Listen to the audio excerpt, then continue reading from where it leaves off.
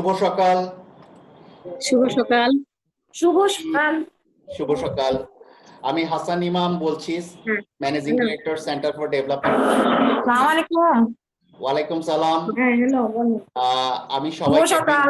শুভ সকাল। আসসালামু আলাইকুম হাসান ভাই। ওয়ালাইকুম সালাম। ভালো আছেন সবাই আশা করি। জি আছি, একদম ভালো আছি। প্রথমেই আমি বিনীত অনুরোধ জানাচ্ছি সবাইকে তাদের মাইক্রোফোনটা অফ করে দেওয়ার জন্য। কারণ হচ্ছে যে আমরা যদি সবার কথা শুনতে থাকি তাহলে যেটা হবে যে আমরা আসলে কনসালটেশনের মধ্যে আমাদের হয়তো একটু ডিস্টার্ব হবে। সো আমি সবিনীত অনুরোধ জানাচ্ছি আপনারা মাইক্রোফোনটা অফ করেন। ভিডিওটা অফ করার প্রয়োজন নেই, কিন্তু যদি আমাদের নেটওয়ার্কে সমস্যা হয় তাহলে আমরা ভিডিওটা অফ করার জন্য অনুরোধ করব পরে। কিন্তু আপাতত আপনারা ভিডিও অন রাখতে চাইলে অবশ্যই অন রাখতে পারেন। শাওন ভাই, আমার একটা সাজেশন ছিল। আমার মনে হয় ভিডিওটা যখন যে কথা বলবে সে ভিডিওটা অন করে নিলে ভালো হয়। আমরা আসলে তাই বলেছি, প্রথমে স্লাইডে আপনারা নিশ্চয়ই দেখতে পাচ্ছেন আমরা সবাইকে আসলে অডিও এবং ভিডিও দুটাই অফ করার জন্য অনুরোধ করছি। আপনারা কি কাইন্ডলি একটু অফ করবেন, তাহলে আমরা খুব স্মুথলি যেতে পারবো। ওকে, ভিডিওটা একটু অফ করে দেন, ভিডিও এবং অডিও।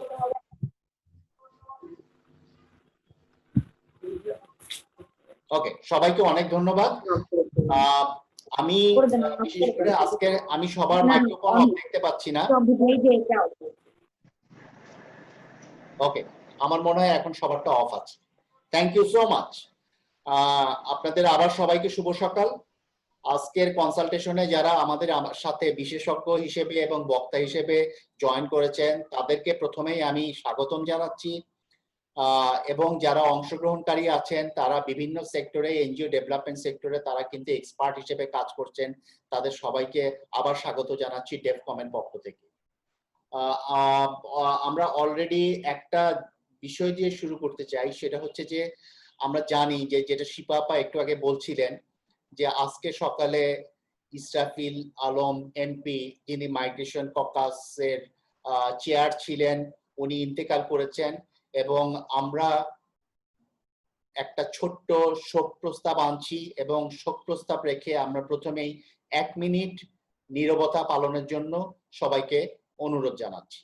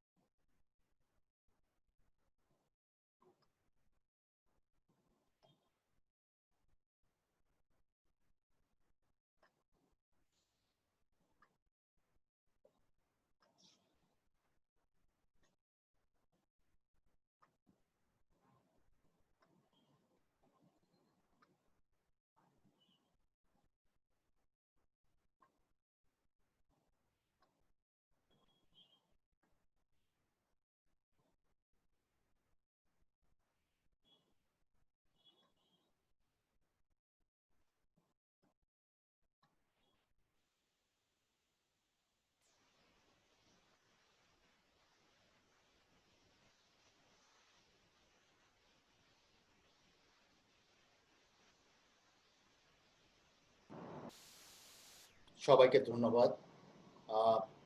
একটু ব্যথিত চিত্তেই আসলে আমাদের এই কাজ করার আজকে শুরু করতে হচ্ছে, কিন্তু আমরা ওনার আত্মার মাগফিরাত কামনা করি এবং আমরা কামনা করি আল্লাহ তাআলা ওনাকে বেহেশতে নাজিল করুন।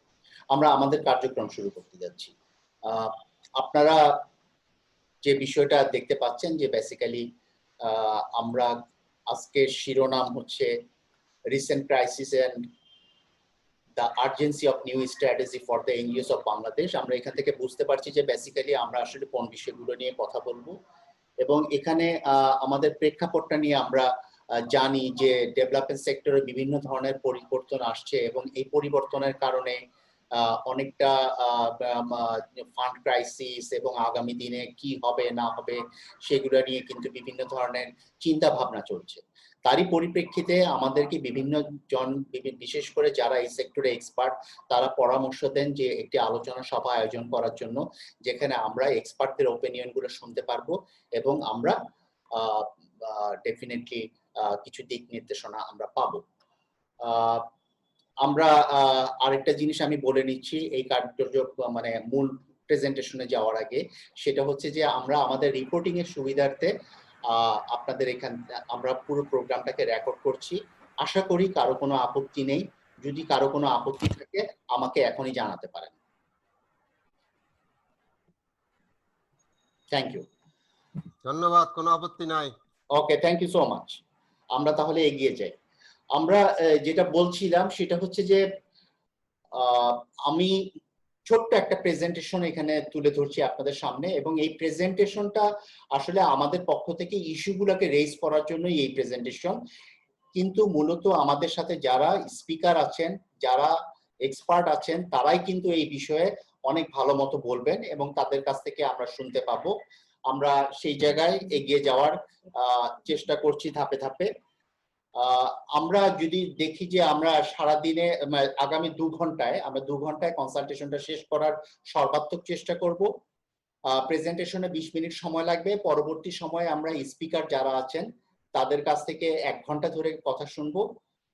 এরপরে আমাদের একটা স্লট আছে 30 মিনিটের মতো, যেখানে আমরা ওপেনলি ডিসকাস করব এবং সেখানে আপনারা প্রশ্ন করতে পারবেন এবং চ্যাট বক্সেও আপনাদের সাজেশনগুলো আপনারা দিতে পারবেন। সর্বশেষে টোটাল কনসালটেশনে কি হলো সেটার একটা সামারাইজ করা হবে। সেখানে আসিফ মুনির ভাই আমাদের সাথে আছে এবং এটা দিয়ে আমরা আমাদের কাজ আজকে মতো শেষ করব।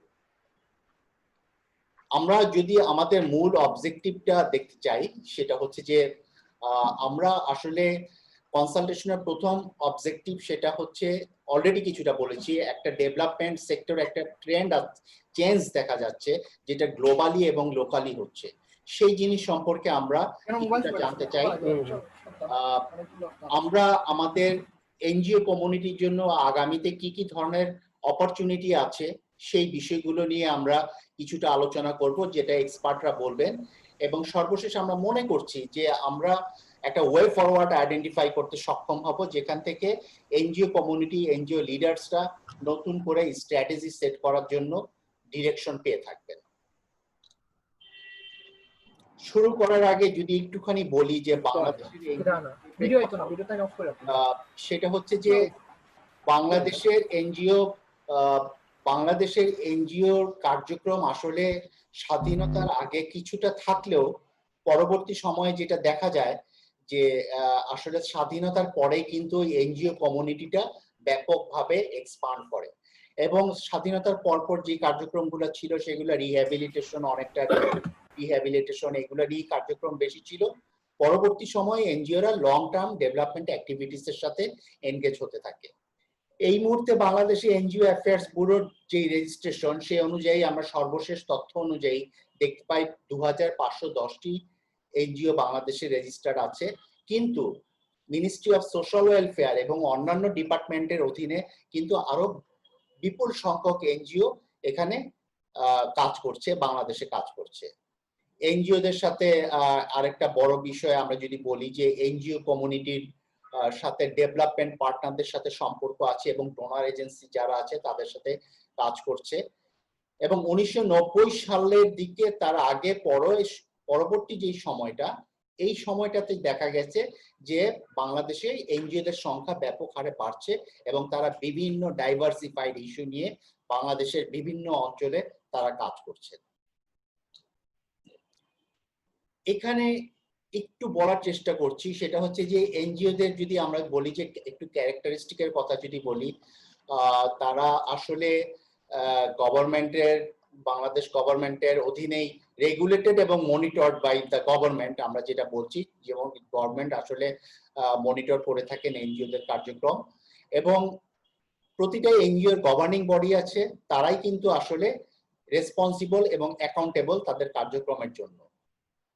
বাংলাদেশের এনজিও গুলো ডাইভার্সিফাইড ইস্যু নিয়ে কাজ করে। আমি এখানে কিছু ইস্যু জাস্ট তুলে ধরার চেষ্টা করেছি, যেমন তারা পভার্টি রিডাকশন নিয়ে কাজ করছে, লাইভলিহুড ডেভেলপমেন্ট নিয়ে কাজ করছে, এগ্রিকালচার নিয়ে কাজ করছে, micro finance, education, skill development, youth development, entrepreneurship নিয়ে কাজ করছে, gender equality, women empowerment, gender based violence, এগুলো নিয়ে কাজ করছে। পাশাপাশি হিউম্যান রাইটস, গুড গভর্নেন্স নিয়ে কাজ হচ্ছে, পাবলিক হেলথ এবং হেলথ সেক্টরের অনেকগুলো ইস্যু নিয়ে কাজ হচ্ছে, health and nutrition, HIV AIDS, family planning, reproductive health, sexual reproductive health rights, এছাড়াও সোশ্যাল প্রোটেকশন, সোশ্যাল সেফটি নিয়ে কাজ করছে।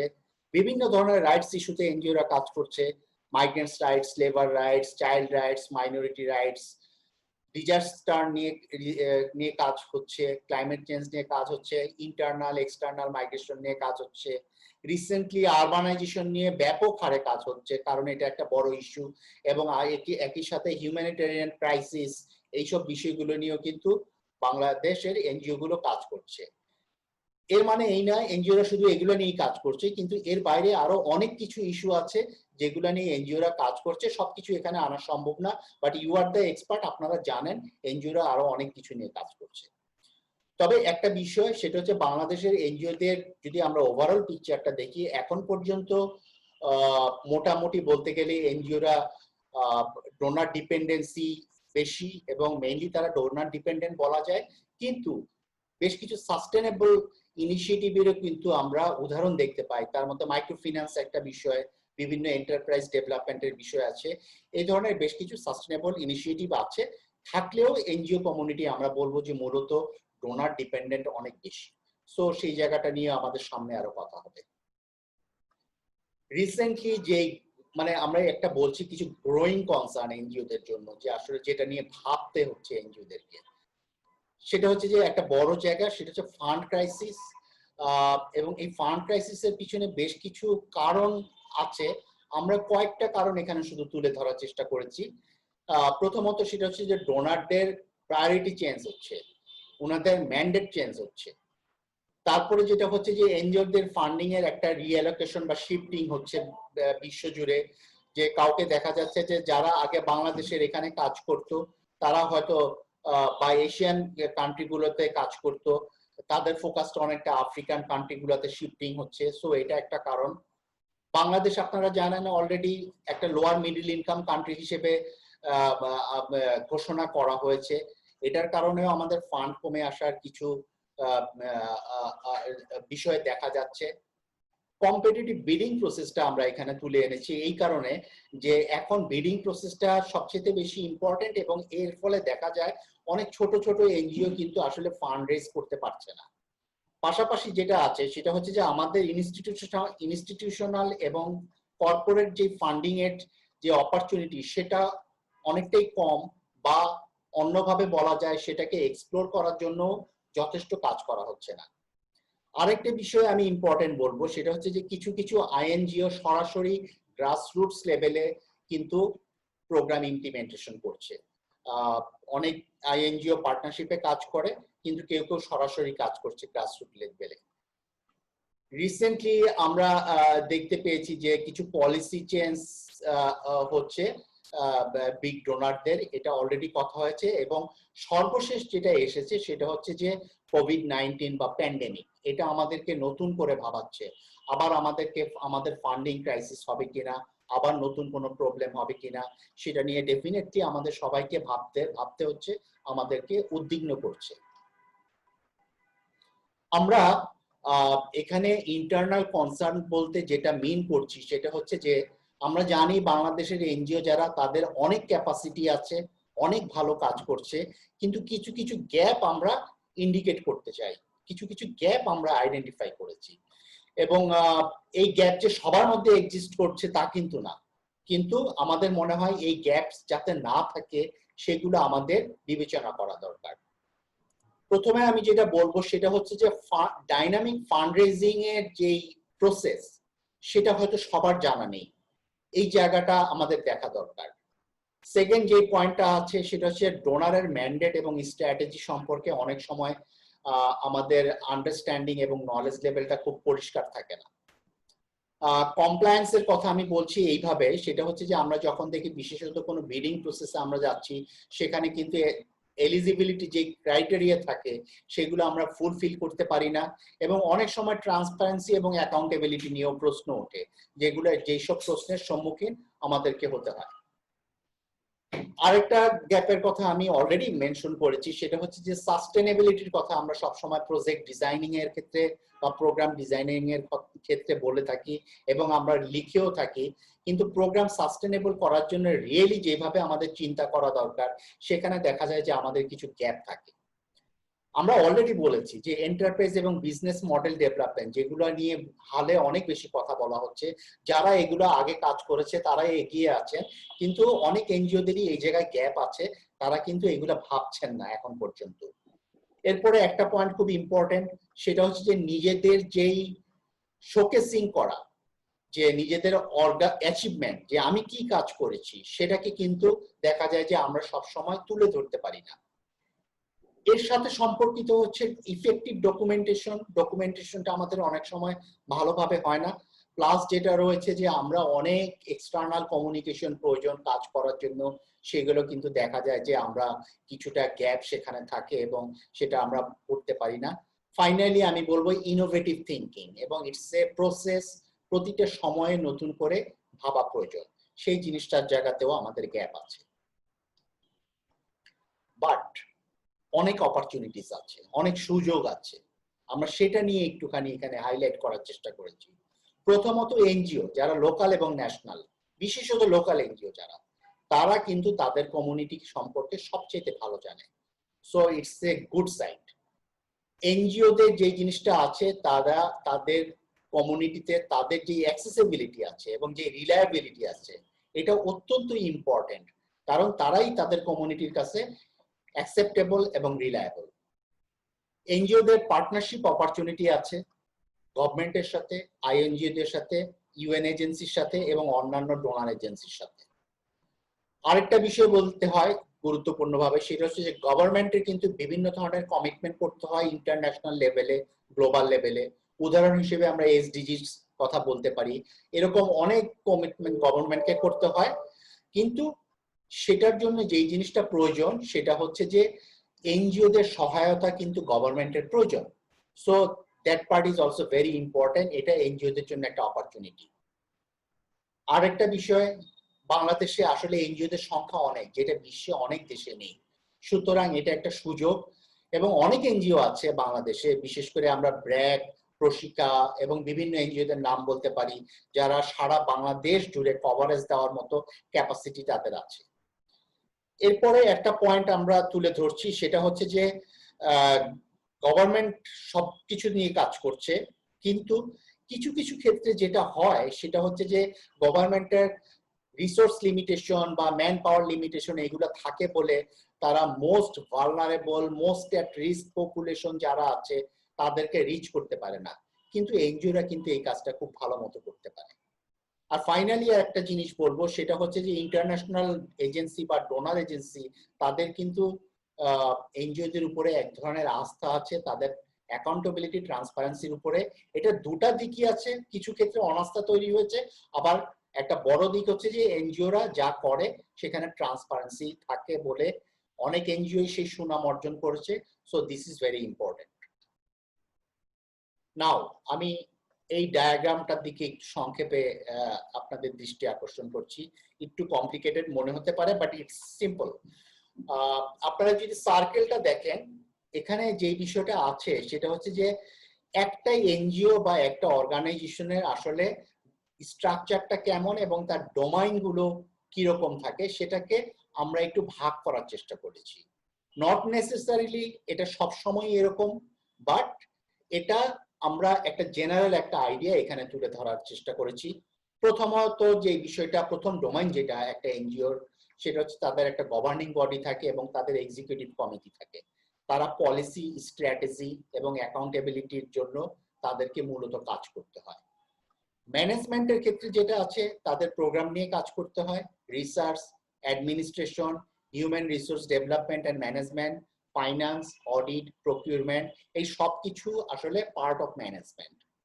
এরপরে আরেকটা জায়গায় গিয়েছি, প্রোগ্রাম অপারেশন। এটা সরাসরি মাঠের কথা আমরা যদি বলি, যারা কাজ করে মাঠ পর্যায়ে, মিড লেভেল থেকে শুরু করে মাঠ পর্যায়ে পর্যন্ত, তাদেরকে নিড বেস প্ল্যানিং করতে হয়, ইফেক্টিভলি ইমপ্লিমেন্ট করতে হয় এবং তাদের কার্যক্রমকে মনিটরিং এবং ইভালুয়েশন করতে হয়। আরেকটা ডোমাইন আমরা এনেছি, এটা অনেকভাবে অনেক সবকিছুর সাথে সম্পর্কিত, বাট এইটাকে একটা ভিন্ন ডোমাইন হিসেবে মানে ভেবে দেখা যেতে পারে, যেটা অনেক এনজিও বিবেচনা করেন, সেটা হচ্ছে এক্সটার্নাল অ্যাফেয়ার্স। এখানে যেটা আছে সেটা হচ্ছে যে তাদেরকে কমিউনিকেশন করতে হয়, অ্যাডভোকেসি করতে হয়, গভর্নমেন্টের সাথে রিলেশন মেনটেন করতে হয়, রিসোর্স মোবিলাইজেশন করতে হয়, ডোনারের সাথে রিলেশন মেনটেন করতে হয়, এবং তাদেরকে কিন্তু সবার সাথে কাজ করতে হয়, ম্যানেজমেন্টের সাথে, প্রোগ্রামের সাথে, গভর্নিং বডির সাথে টু সাম এক্সটেন্ট। তো এই সার্কেলটার বাইরে আপনারা আবার চারটা জিনিস দেখতে পাচ্ছেন, যে যদি গভর্নিং বডির কথা আমরা বলি, সেখানে যেটা রয়েছে তাদের নলেজ এক্সপিরিয়েন্স তো অবভিয়াসলি খুবই ইম্পর্টেন্ট, কিন্তু তাদের এক্সটেন্ট অফ ইনভলভমেন্টটা কতটুকু সেটা খুব গুরুত্বপূর্ণ। দেখা যায় যে অনেক সময় তারা সম্পূর্ণভাবে হয়তোবা সময় দিতে পারেন না, এবং তাদের কমিটমেন্ট, আমরা এই জায়গাটায় ফোকাস করছি। এরপরে যেটা আছে ম্যানেজমেন্টের সাথে যদি আমরা বলি, এখানেও knowledge and experience is very important, এবং একই সাথে যেটা রয়েছে সেটা হচ্ছে ক্যাপাসিটি এবং skill, strategic focus, change management. Change ম্যানেজমেন্টের কথা ম্যানেজমেন্টকে সবসময় ভাবতে হয় যে নতুন করে কিভাবে পরিবর্তন আনতে হবে, সেই জিনিসটা রিয়েলাইজ করা এবং করা, এবং ওপেননেস এন্ড ট্রান্সপারেন্সি, এটা খুব ইম্পর্টেন্ট। প্রোগ্রাম অপারেশনের ক্ষেত্রেও একইভাবে knowledge experience is very vital, কিন্তু তাদের জন্য কয়েকটা বিষয় খুব গুরুত্বপূর্ণ, সেটা হচ্ছে কমিউনিটি অ্যাক্সেস এবং স্টেক হোল্ডার রিলেশন। এই বিষয়গুলো তাদের জন্য অবশ্যই খুবই গুরুত্বপূর্ণ। এর সাথে এক্সটার্নাল অ্যাফেয়ার্স এর ক্ষেত্রেও আমরা নলেজ এন্ড এক্সপিরিয়েন্স এর কথা বলেছি, ক্যাপাসিটি স্কিলের কথা বলেছি, বাট দ্য মোস্ট ইম্পর্টেন্ট যেটা এখানে প্রয়োজন এক্সটার্নাল অ্যাফেয়ার্স এর, সেটা তাই হচ্ছে কি ইনোভেশন। তাদের সারাক্ষণই ইনোভেটিভ চিন্তা ভাবনা করতে হবে এবং ভাবতে হবে যে কিভাবে তারা ম্যানেজমেন্টকে এবং প্রোগ্রাম অপারেশনকে ইনোভেটিভ ওয়েতে সাপোর্ট দিতে পারবে।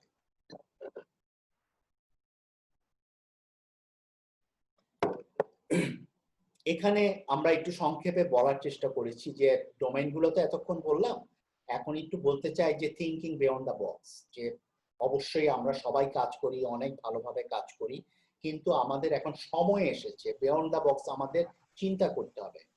গভর্নিং বডির ক্ষেত্রে আমরা যেটা বলছি সেটা হচ্ছে যে তাদেরকে কারেন্ট ডেভেলপমেন্ট ট্রেন্ডটা চিন্তা করে নিউ স্ট্র্যাটেজি ডেভেলপমেন্টের কথা চিন্তা করতে হবে।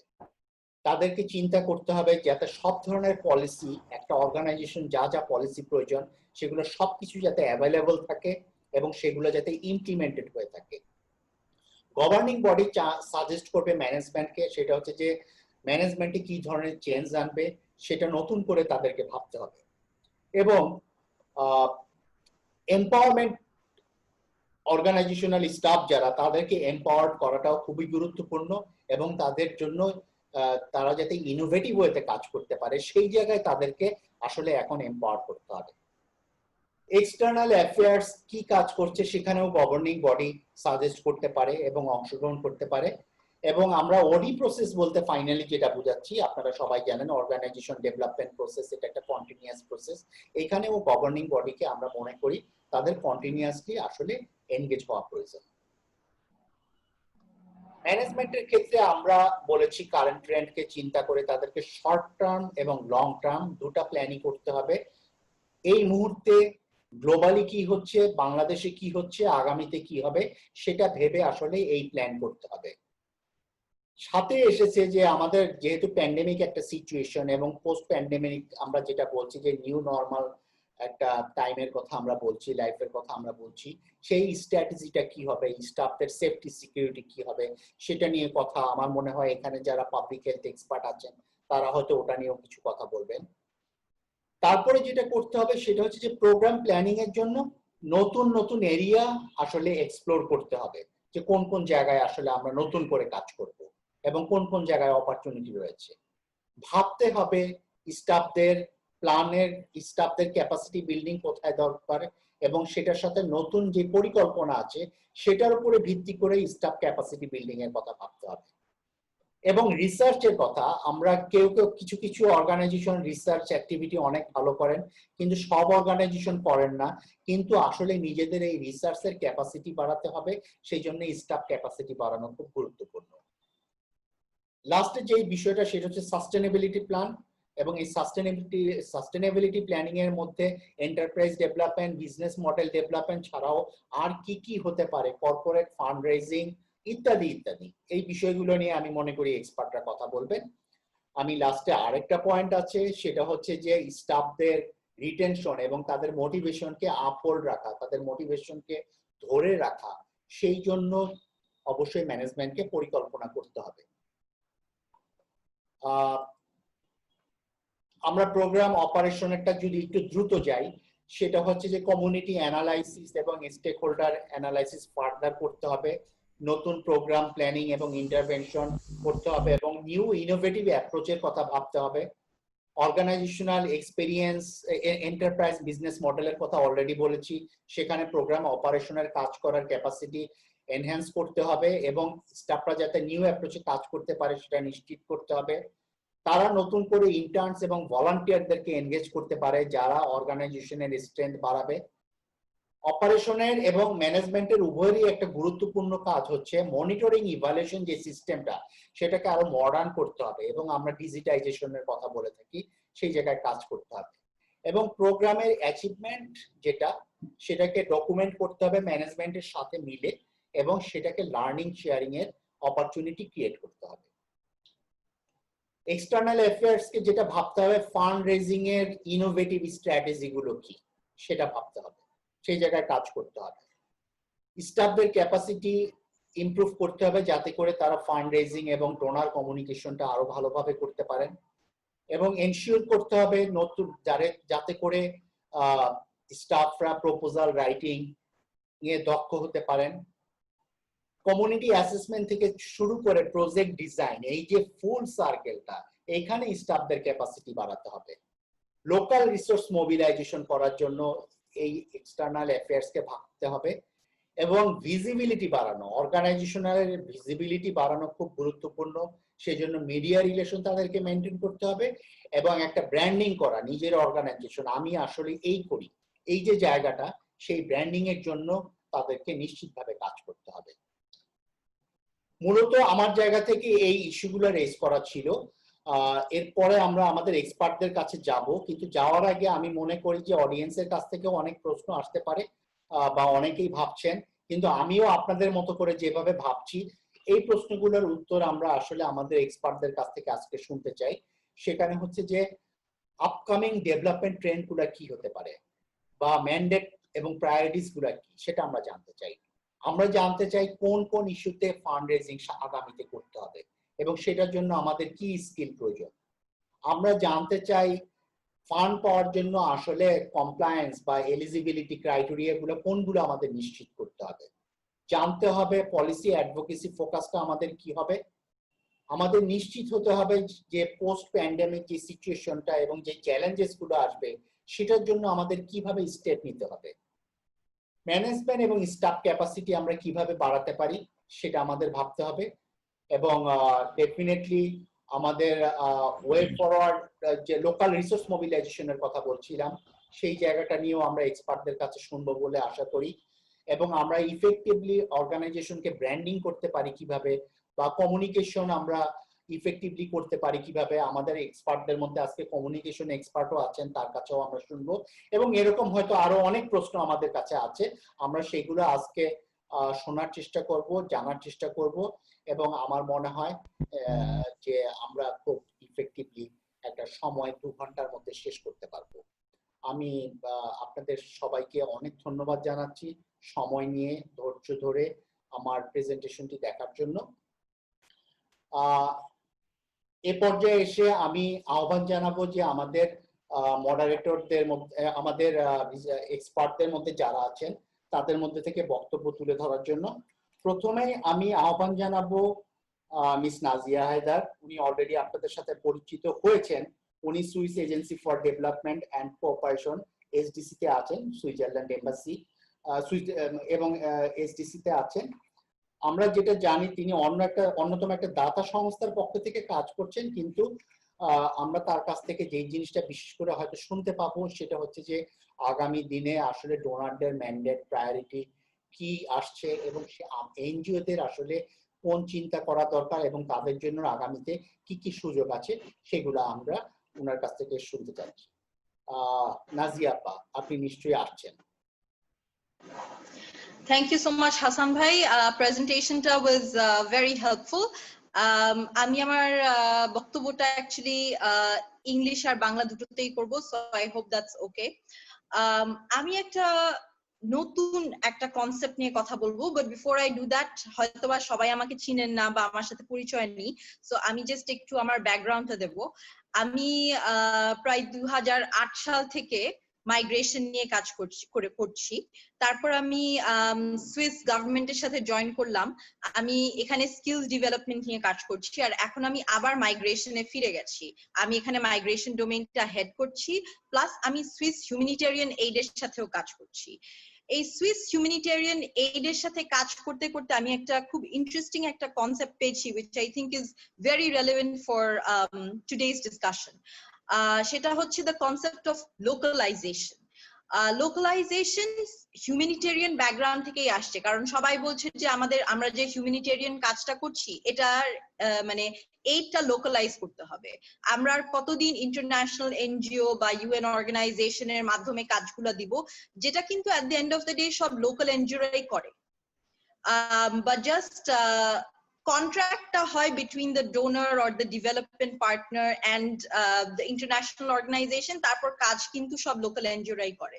So localization is a new concept. এটা কিন্তু শুধু 2016 সালেই এটা নিয়ে প্রথম কথা হয়েছিল এই grand bargaining localization work stream A. So that is how the concept of localization started.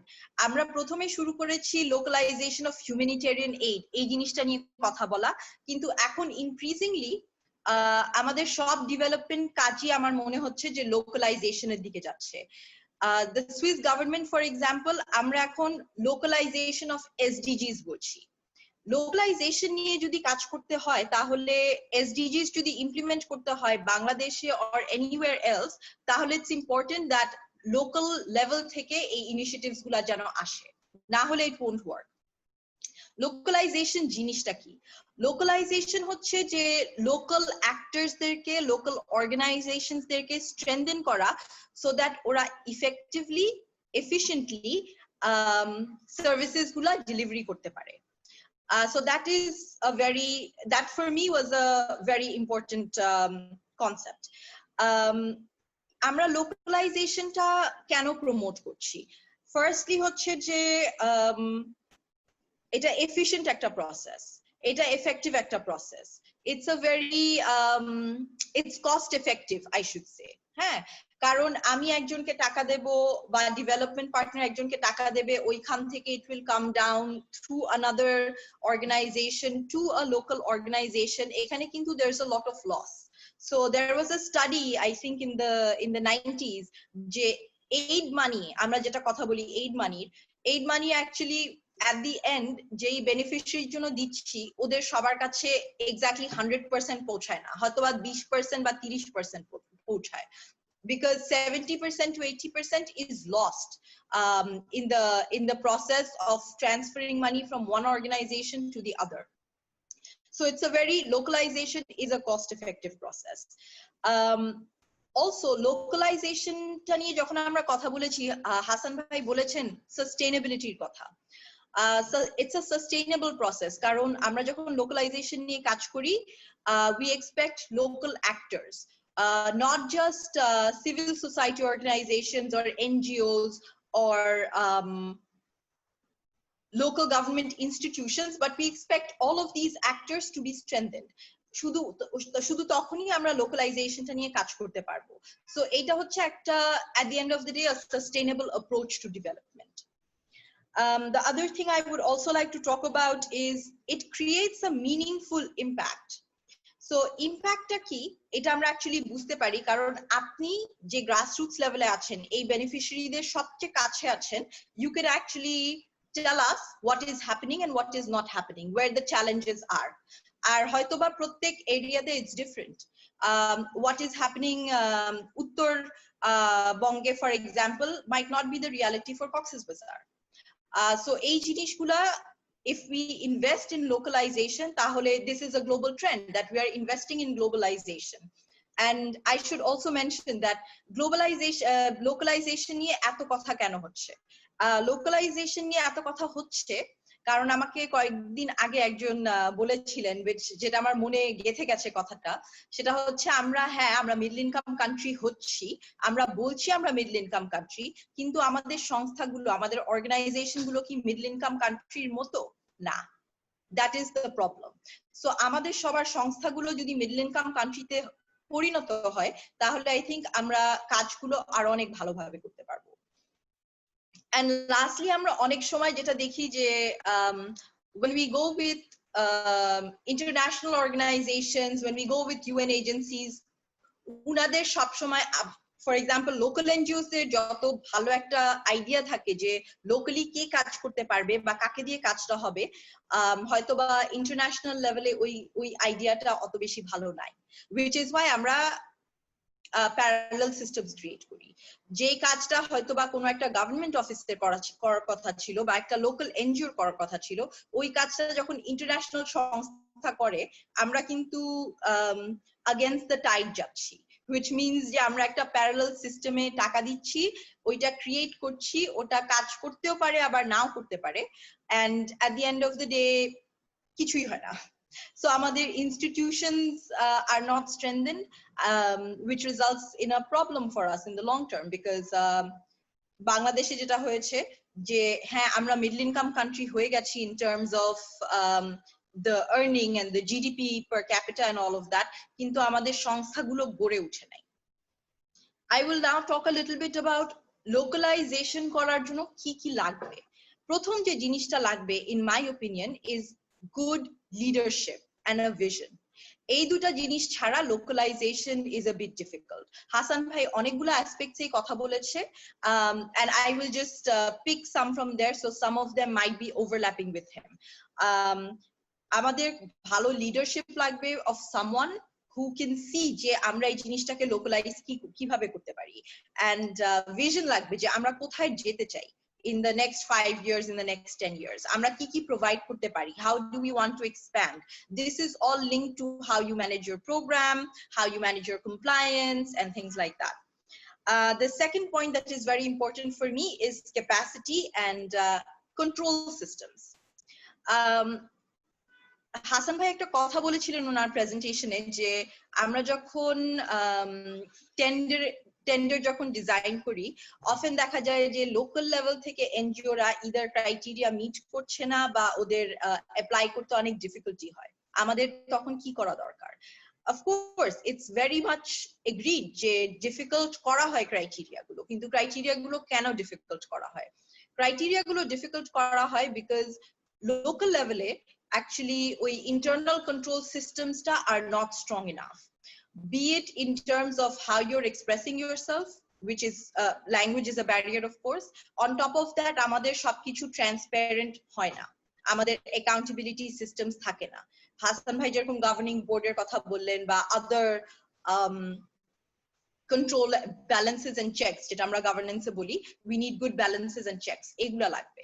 So আমাদের capacity build করতে হবে, not just in terms of how we implement our program, but also if we are transparent, if we are accountable in terms of what we are doing. That is very important. This is also linked to the third point which I have, which is digitalization. আমাদের if anything this a COVID pandemic আমরা এসে বুঝতে পারছি যে actually digitalization টা কতটুকু important আমাদের সবার জন্য। Digitalization টা হলে it will also help us to have a better internal control system. আপনার যখন সব checks and balances online থাকবে, then it's probably easier. But of course, I have to mention here that there needs to be an investment in capacity building of your staff, of your management systems for localization. না হলে donor থেকে fund directly local NGO তে কোনোদিন আসবে না। আপনি হয়তোবা একটা ডিস্ট্রিক্টের 4টা উপজেলায় কাজ করেন, কিন্তু আপনার কাছে ওই ফান্ডটা তখন যদি 4 হাত ঘুরে আসে, তখন it becomes very difficult for you to implement. It also becomes very difficult for us as a development partner to understand how this has happened and checks and balances কোথায়, which is why we usually prefer to go with the larger organizations. So this is one of our parameters. And the last thing I would like to mention is partnership and coordination. Hassan Bhai external affairs er kotha bollen, and I've broken that down into partnerships and coordination. আপনার হয়তোবা সব জায়গায় speciality নাই, expertise নাই, আপনি হয়তোবা research করেন না, but you need to partner with organizations who are complementary to what the work that you do. So complementarity অ্যাসপেক্টটা is very important. You need local NGOs should work with other organizations who are complementary to it, so that you have at the end of the day a more holistic impact and you can generate results that have a meaning. And lastly hoche coordination in the same line, just like how you do partnerships, a coordination ta at the local level is very important, but also it means je national level e to onigulo kaj hocche, ogular সাথেও coordinate করা would be very interesting. For example, আমি মাইগ্রেশনে নিয়ে এখন কাজ করছি, so মাইগ্রেশনের কথাই বলি। আমরা কিন্তু সুইজারল্যান্ড বাংলাদেশকে সাপোর্ট করছে 2011 সাল থেকে এই পলিসি, ক্যাপাসিটি বিল্ডিং এগুলা জিনিসের জন্য in the migration sector. So আমরা মিনিস্ট্রি অফ এক্সপ্যাট্রিয়েটস ওয়েলফেয়ারকে ডিরেক্টলি সাপোর্ট করছি। কিন্তু আমরা কয়জন জানি যে এক্স্যাক্টলি পলিসির ভিতরে কি কি আছে, ওরা কি কি কমিট করেছে ওরা করবে, কেন হচ্ছে না? So এই জিনিসটা is very important that we coordinate not just at the local level but also at the national level. We are aware of what is happening what are the developments at the national level and how we can bring it down to the local level. And another thing is that we have to be innovative at all times. কারণ হয়তোবা policy বা অ্যাক্টে এমন কিছু একটা লেখা আছে and you will have to think out of the box how we can make it happen at the local level. So that is very important. Thank you very much. If you have any questions, I will be available later to talk to you and to answer your questions, of course. Thank you very much, Hassan Bhai, as well. Over to you. Thank you Nazia apa, অনেক ধন্যবাদ আপনাকে। এবং আপনার কাছ থেকে আমরা শুনে আশাবাদী হচ্ছি যে লোকালাইজেশনের বিষয়ে যখন আপনি কথা বললেন তখন আমাদের মনে হচ্ছে যে সামনে আমাদের এনজিওদের জন্য নতুন করে কিছু সম্ভাবনা সৃষ্টি হচ্ছে। এবং নিশ্চয়ই আমরা যখন ওপেন ডিসকাশনে কিছুটা কথা বলবো, কিছু প্রশ্ন হয়তো আপনার জন্য থাকবে, আমরা রিকোয়েস্ট করবো, তখন হয়তো আপনি থাকলে রেসপন্ড করতে পারবেন। আমি এরপরে যেতে চাচ্ছি মিস নবনীতা চৌধুরী, যিনি director gender justice and diversity BRAC, যেটা আমরা জানি শুধু বাংলাদেশ না বিশ্বের সবচেয়ে বড় এনজিও আমরা ব্র্যাককে বলি। সো নবনীতা আপা যেটা আমরা ওনার কাছ থেকে বিশেষ করে যেটা শুনতে চাই সেটা হচ্ছে যে সবচেয়ে বড় অর্গানাইজেশন হিসেবে, বাংলাদেশের সবচেয়ে বড় অর্গানাইজেশন হিসেবে ওনারা এখন কিভাবে ভাবছেন এবং আগামী দিনে ওনারা কিভাবে কি কাজ করবেন সেই বিষয়ে আমরা আশা করি ওনার কাছ থেকে ভালো দিক নির্দেশনা পাবো। নবনীতা আপা। ধন্যবাদ হাসান ভাই আমাকে এখানে সংযুক্ত করার জন্য। আমি আসলে আমার মতামত যেটা বলতে চাই সেটা হচ্ছে যে আপনার প্রেজেন্টেশনে অনেকগুলো পয়েন্ট খুব সুন্দরভাবে এসেছে। নাজিয়া আপাও বলেছেন যে আসলে আগামী সময়টা অনেক বেশি আমার মনে হয় পার্টনারশিপের সময়, যে সময়টায় আসলে একে অপরের সঙ্গে কাজ করতে হবে। মানে আপনি কত বড়, আপনি কত বিশাল, সেটা আসলে গুরুত্বপূর্ণ থাকছে না। কারণ আমরা জানি ইভেন ফান্ডিং প্রপোজাল গুলোতেও আসলে চাওয়া হচ্ছে যে মানে কয়েকটি অর্গানাইজেশন মিলে যদি কাজ করে, এবং যেটা নাজিয়া আপা খুব গুরুত্বের সঙ্গে বলছিলেন আপনার প্রেজেন্টেশনেও ছিল যে লোকালি যারা কাজ করেন তাদের সঙ্গে যাতে থাকে, মানে মিলে যাতে একটা কর্মসূচি ইমপ্লিমেন্ট করা হয় বা একটা ফান্ডিং এর যে প্রপোজাল সেটা লেখা পর্যন্ত হয় যাতে সকলের সঙ্গে মিলে। কাজে এটাও কিন্তু এখন হচ্ছে যে যেটা আগে ছিল যে একরকমের হয়তো বা আমরা অনেক সময় দেখা যেত যে বড় এনজিওরা বা একটি এনজিও কাজ পেত, তারপরে সে কাজটা ভাগ করে দিত বিভিন্ন লোকাল এনজিওর মধ্যে।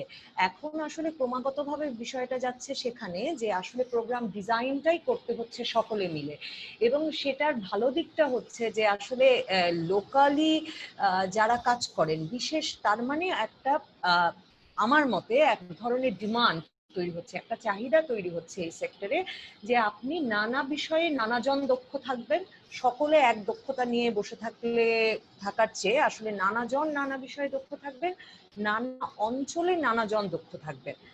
তো সেই ক্ষেত্রে গুরুত্বপূর্ণ আরেকটি বিষয় হচ্ছে যে এক্ষেত্রে আবার আগে যেটা হতো অনেক সময় যে বড় এনজিওরা বা কোনো বড় প্রতিষ্ঠান কাজ পেয়ে সে যখন অন্যকে কাজ মানে ধরুন একটি ছোট এনজিও বড় এনজিও ঠিক শব্দ হচ্ছে না, তার একটি স্থানীয় বা আকারে ছোট প্রতিষ্ঠানকে সংযুক্ত করত, তখন অনেক সময় আসলে তেমন কিছু তাকে দেখতে হতো না যে মানে প্রতিষ্ঠানটি কতটা নিয়ম মেনে চলছে, প্রতিষ্ঠানটির অডিট ঠিক মতো হচ্ছে কিনা, প্রতিষ্ঠানটির অ্যাকাউন্টস ঠিক মতো মেনটেন হয় কিনা, প্রতিষ্ঠানটি তার প্রতিষ্ঠানের কর্মীদের জন্য সেফ গার্ডিং এনশিওর করে কিনা, তার কর্মীদের নিরাপত্তা কর্মীদের সম্মানের জায়গাটা ঠিক রাখে কিনা। এখন সেই চ্যালেঞ্জটিও আছে, মানে আপনি যে কাউকে ইচ্ছে হলো আপনি পার্টনারও কিন্তু করতে পারছেন না। তার মানে বড় এনজিও ছোট এনজিওর আসলে কোনো পার্থক্য থাকছে না, আপনার ক্যাপাসিটির দিক থেকে আপনার স্কেলে একটা পার্থক্য থাকবে, কিন্তু আপনার ক্যাপাসিটি এবং প্রাতিষ্ঠানিক যে অবকাঠামো সেদিক থেকে আসলে আপনাকে সাংগঠনিক অবকাঠামো সেদিক থেকে আপনাকে আসলে সমমানের হতে হচ্ছে, মানে একটা আন্তর্জাতিক মানের হতে হচ্ছে, শুধু সমমান নয় আন্তর্জাতিক মান। আমার মনে হয় সেই জায়গাটিতে আমরা অনেকে একটু পিছিয়ে আছি, মানে আমাদের ওইখানে একটা চ্যালেঞ্জ তৈরি হচ্ছে। আর খুব সুন্দর করে আপনি আপনার প্রেজেন্টেশনে অর্গানাইজেশনাল ডেভেলপমেন্ট যে খুব গুরুত্বপূর্ণ হয়ে উঠছে সেটা বলেছেন। প্রকৃত অর্থেই অর্গানাইজেশনাল ডেভেলপমেন্ট এখন সবচেয়ে গুরুত্বপূর্ণ, এবং সেটা করতে কিন্তু ছোট বড় সকল প্রতিষ্ঠানই একরকমের হিমশিম খাচ্ছে, কিন্তু সেটা আসলে করে ফেলতে হবে, মানে আপনাকে কাজ পেতে হলে কাজ করে যেতে হলে সেটা করতে হবে। মানে তো সেই জায়গাটিতে একটি চ্যালেঞ্জ, যে যত দ্রুত করতে পারবেন তিনি তত দ্রুত আসলে টিকে যেতে পারবেন।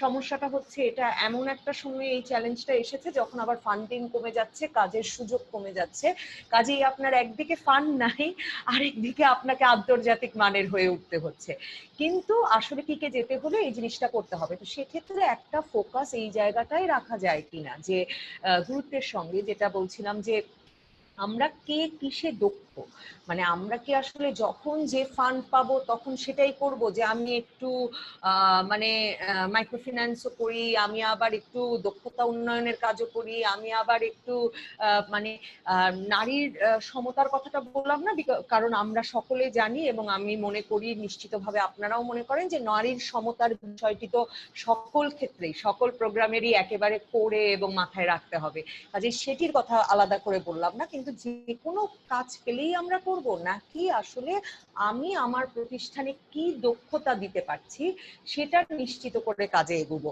কাজে সেটাও একটা চ্যালেঞ্জ আমার মনে হয়, যে যখন ফান্ড কমে এসেছে কাজ কমে এসেছে তখন একই সাথে প্রাতিষ্ঠানিকভাবে সংগঠনকে আমাদেরকে এমন ভাবে তৈরি করতে হবে যে সংগঠন ন্যায়সঙ্গত আচরণ করে তার কর্মীদের সঙ্গে, সংগঠন সকল রকম নিরাপত্তার ইস্যু সেফগার্ডিং ইস্যুগুলো মেনে চলে তার কর্মীদের ক্ষেত্রে এবং তার যারা প্রোগ্রাম পার্টিসিপেন্ট তাদের ক্ষেত্রে।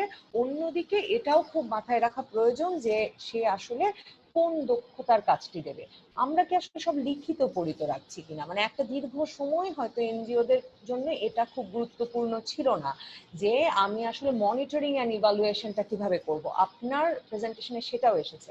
এখন এই মনিটরিং অ্যান্ড ইভালুয়েশনের কাজটাও কিন্তু আন্তর্জাতিক মানে একটা আপনি জানেন যে এই আমাকে দেখতে হবে, সেটা প্যারামিটারস আমাকে দেখতে হবে, সেই প্যারামিটারস অনুযায়ী আমাকে আসলে এগোতে হবে।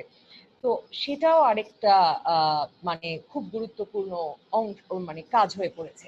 আর যেটা বলছিলাম যে প্রোগ্রাম ডিজাইনিং এও আমি আসলে কি দক্ষতা আনতে পারি, কি কাজ আনতে পারি, এবং আমার একদম প্রোগ্রাম ডিজাইনিং থেকে ইনভলভড হয়ে আসলে মিলে মিশে পার্টনারশিপের ভিত্তিতে কাজ করাটা, সেটা একটা নতুন ডাইমেনশন এবং খুব গুরুত্বপূর্ণ ডাইমেনশন, এবং সেজন্য প্রত্যেকের প্রস্তুত থাকার প্রয়োজনীয়তাটাও হয়তো খুব গুরুত্বপূর্ণ। আরেকটা বিষয় হচ্ছে গিয়ে যে আমরা আসলে যে কাজগুলো করি, মানে এই ধরুন আমি যদি কোভিড সিচুয়েশনের কথাই বলি, যে আরেকটা জিনিস খুব ভালোভাবে মানে আবার মানে এলো যে দেখুন এই সিচুয়েশনে এসে